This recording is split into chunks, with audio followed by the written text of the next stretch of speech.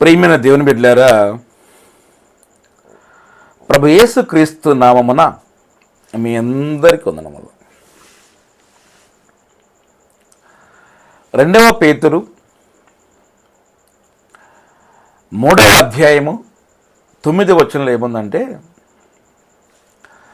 కొందరు ఆలస్యమని ఎంచుకున్నట్లు ప్రభు తన వాగ్దానమును గూర్చి ఆలస్యము చేయువాడు కాడు గాని ఎవడను నశింపవలని ఇచ్చింపక అందరూ మారు మనసు పొందవలనని కోరుచు మీ ఎడల దీర్ఘశాంతము గలవాడై ఉన్నాడు.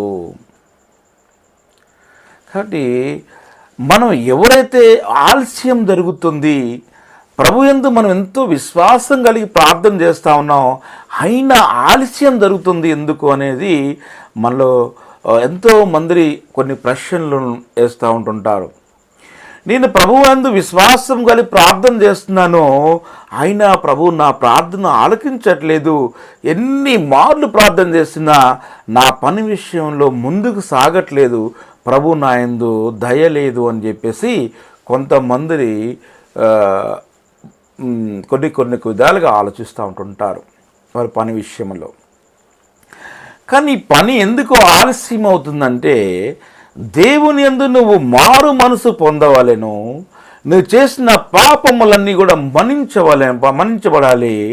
నువ్వు మారు మనసు పొంది నువ్వు పశ్చాత్తాపడి దేవుని వైపు, దేవా నేను చేసిన పాపములను క్షమించు అని చెప్పేసి దేవుని యందు ఎంత దీనంగా స్థిరమైన స్థితిలో నీ పాపములని మన్నించబడాలి.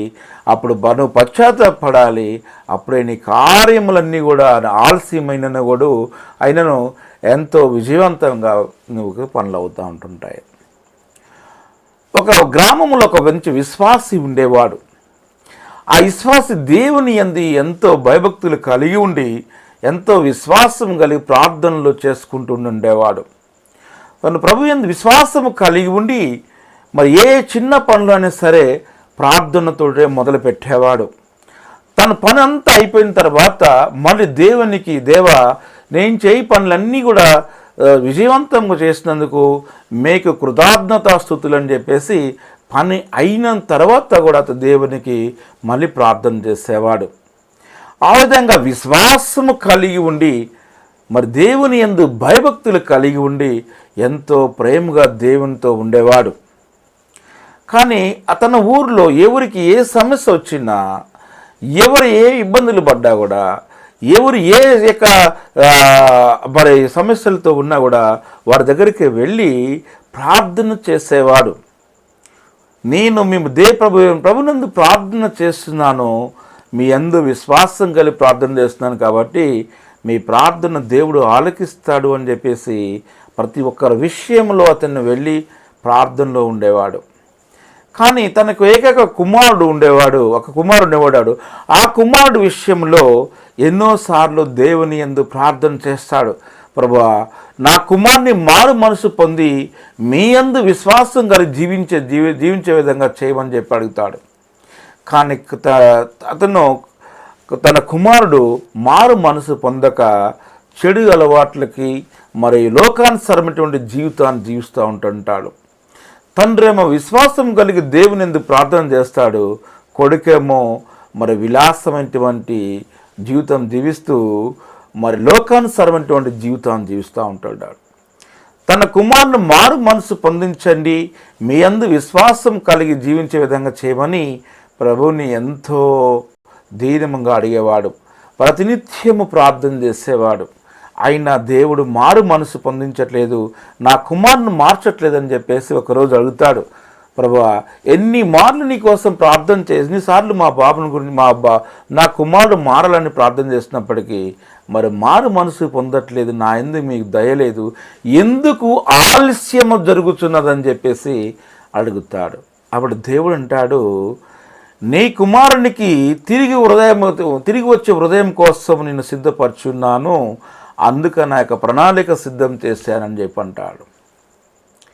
అని తనకు విపరీతమైనటువంటి మరి సమస్యలు, విపరీతమైనటువంటి ఆరోగ్య సమస్యని, ఆర్థిక సమస్యని వచ్చే విధంగా ప్రభువు చేస్తాడు. అప్పుడు తనకు వచ్చినటువంటి ఆర్థిక సమస్య గురించి, మరి తనకు వచ్చినటువంటి ఆరోగ్య సమస్య గురించి, ఇట్లా అనేకమైనటువంటి సమస్యలు ఇబ్బంది పడుతూ ఉంటుంటే అప్పుడు ప్రభు అయిన యేసుక్రీస్తు యందు విశ్వాసం కలిగి ప్రార్థన చేస్తాడు. ప్రభువా, నా పాపములను మన్నించు, నన్ను క్షమించు, నీ యందు విశ్వాసం కలిగి జీవిస్తాను అని చెప్పేసి ఎంతో దీనమైనటువంటి మనసు ప్రభువును అడగటం మొదలుపెట్టాడు. ఆ విధంగా ప్రభు యందు విశ్వాసం కలిగి ఉండి మారు మనసు పొంది తను పశ్చాత్తపడి ప్రభు యేసుక్రీస్తు యందు విశ్వాసం గల జీవితం సాగించినాడు. కాబట్టి అందుకని ఆలస్యము, ఎందుకంటే నీ మారు మనసు పొందాలి, దేవుని యందు విశ్వాసం కలిగినటువంటి జీవితం కోసం నువ్వు ఆయనందు దేవుని యందు విశ్వాసం కలిగి ఉండాలని, నీకు మారు మనసు గురించి నువ్వు పశ్చాత్తాపపడాలని, నీవు చేయి క్రియలలో ఏది మంచిది ఏది చెడుది అనేది తెలుసుకొని విశ్వాసం కలిగినటువంటి ప్రార్థనలో జీవించాలని నీకు ఆలస్యం చేస్తున్నాడే తప్ప దేవుడు కావాలని ఆలస్యం చేయట్లేదు. ఒకవేళ ఎవరైనా మీ ప్రార్థన చేసినా కూడా ఆలస్యం జరుగుతుంది, దేవుడు మనందు లేడు అని అనుకోవద్దు.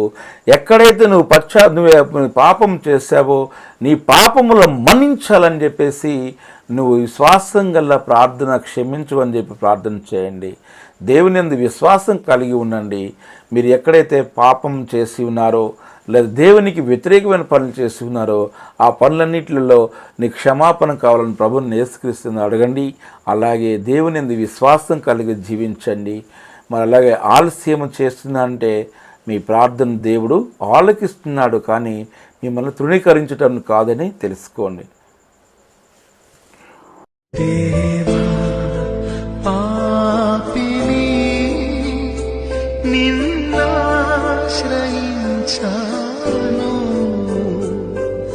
ప్రేమ చూపించి నన్నాదుకోవయ్యా దేవా.